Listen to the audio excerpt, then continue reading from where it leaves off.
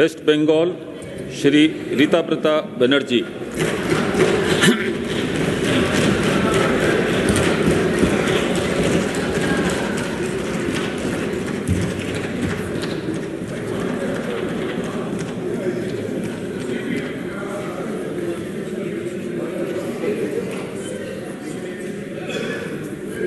আমি ঋতব্রত ব্যানার্জি রাজ্যসভায় সদস্য নির্বাচিত হইয়া সত্যনিষ্ঠার সহিত প্রতিজ্ঞা করিতেছি যে বিধি দ্বারা স্থাপিত ভারতের সংবিধানের প্রতি আমি অকৃত্রিম নিষ্ঠা ও আনুগত্য পোষণ করিব।